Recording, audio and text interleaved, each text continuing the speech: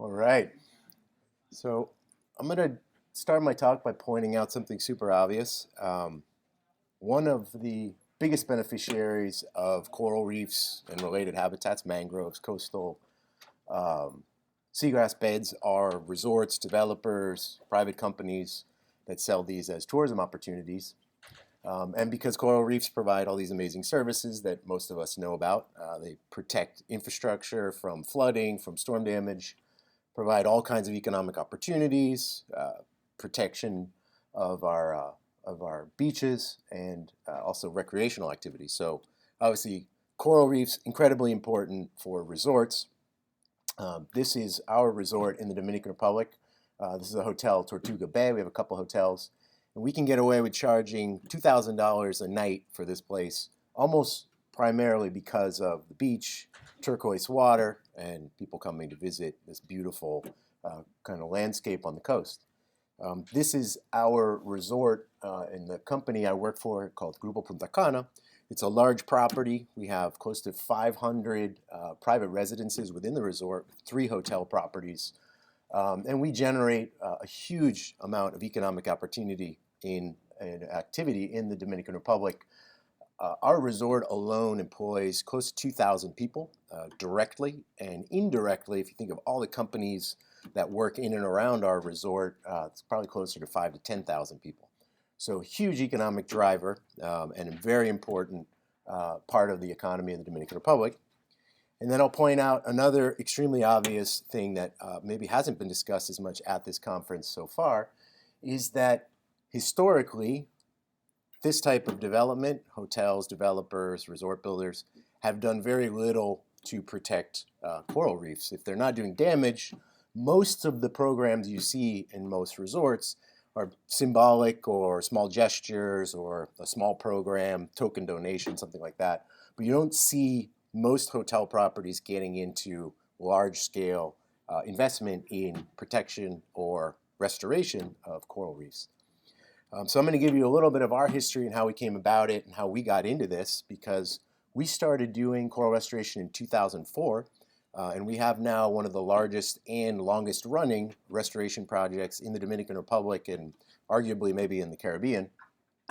This guy, Austin Bowden Kirby, showed up, and he's kind of like the Pied Piper of coral restoration back in the early 2000s.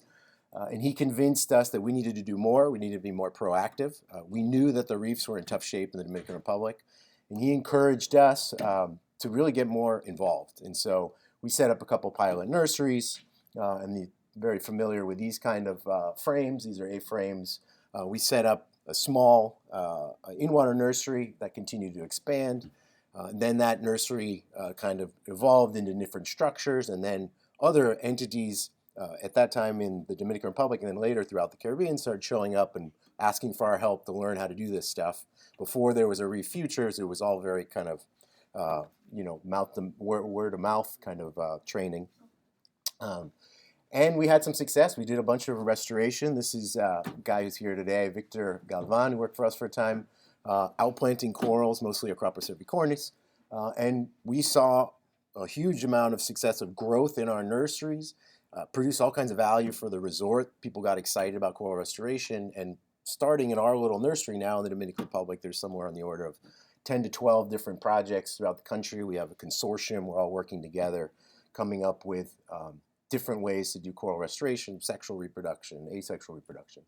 And in fact, over the years, we have continued to get our company, Grupo Puntacana, to invest in coral restoration significantly, to the tune of millions of dollars since 2004, including prime real estate that we now have for our Center for Marine Innovation, where we do land-based production of corals.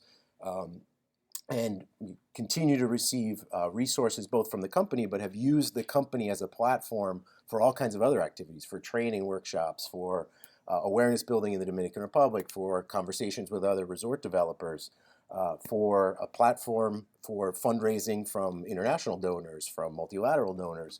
And so the company puts seed money in, and all of a sudden that becomes something that we can really build on.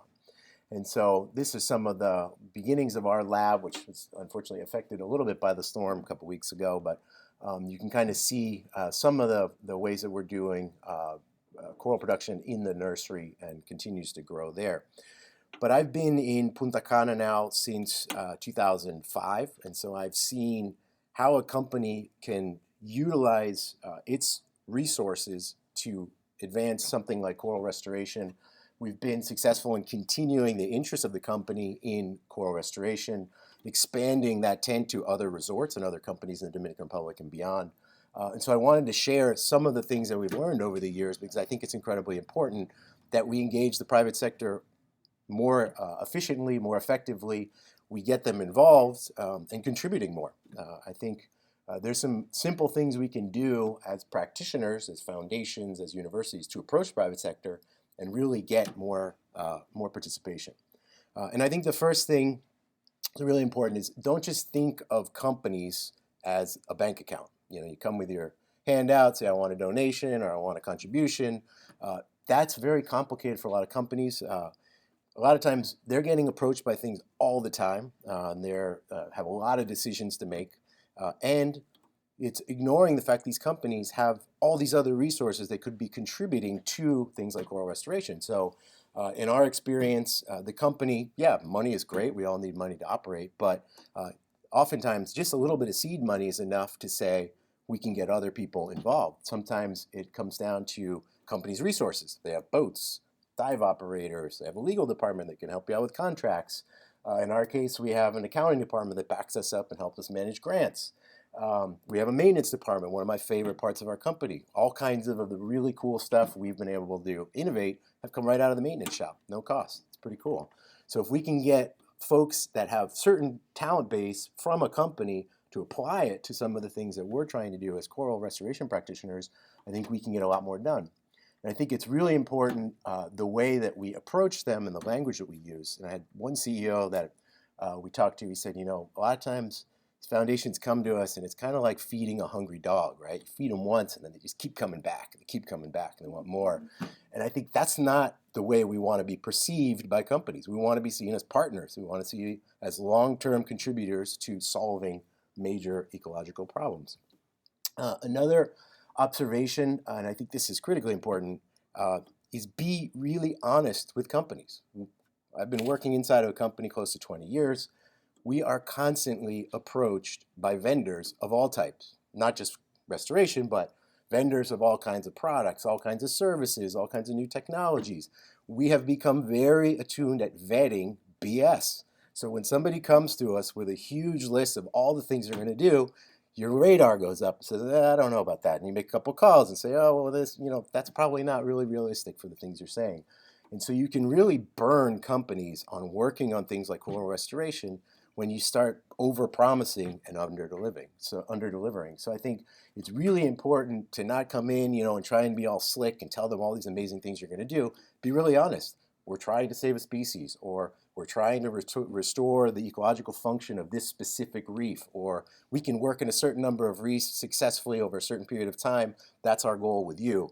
And try and create like a long-term relationship, not just, this bank account where you're going in for the ATM, you're getting the money out, and then you're going to move on and find somebody else. It's a lot more efficient to have a partner who says, we've been working for 10 years. We know every year it costs this much. We got the maintenance department dedicates X amount of time to this project. And then all of a sudden you have this relationship and you can turn it into all kinds of other interesting manifestations. And I think maybe we get more marine labs out of it. Lots of resorts have pieces of land they're not using. I went and saw one in Moat the other day in one of the keys down here nearby, Key Largo, and it was a resort, had an area they were using for wedding functions. They didn't use it all that often. Moat came to them and said, we'd like a good deal on using this for a coral lab. Wouldn't we like to have more land-based coral labs all over the world that could be situated at resorts where we can take advantage of some of these resources that the resorts have? And then the last one, I think this is really important for us, some of the things we've learned in the Dominican Republic, is try and make your project or your proposal or whatever you're saying you're going to do with the company or with the resort or with the developer relevant to what their problems are.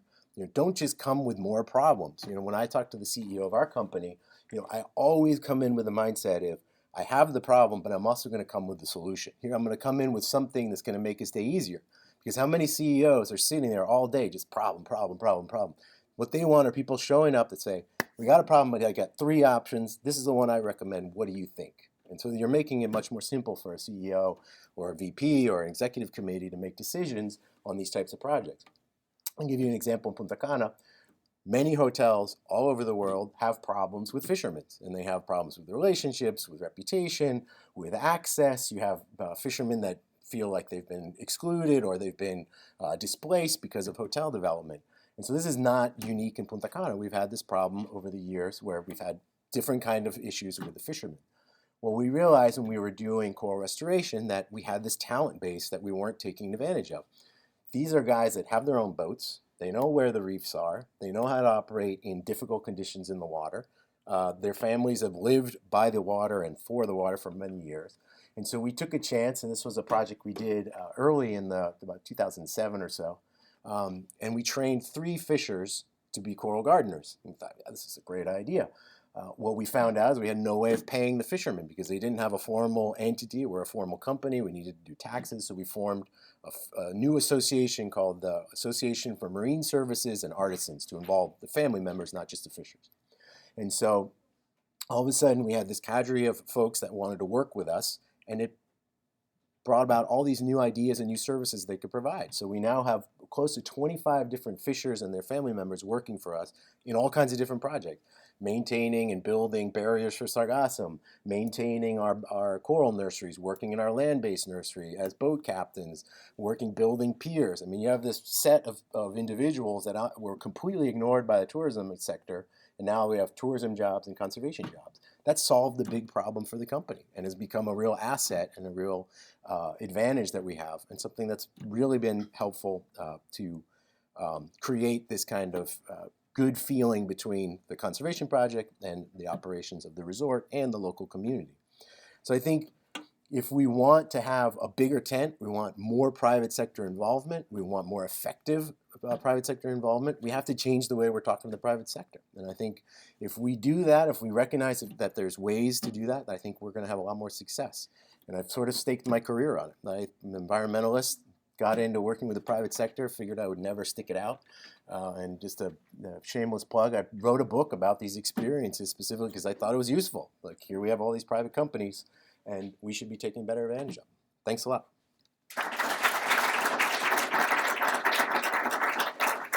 Thank you so much. Does anyone have questions for Jake? Oh my goodness, we have a full room. Look at this.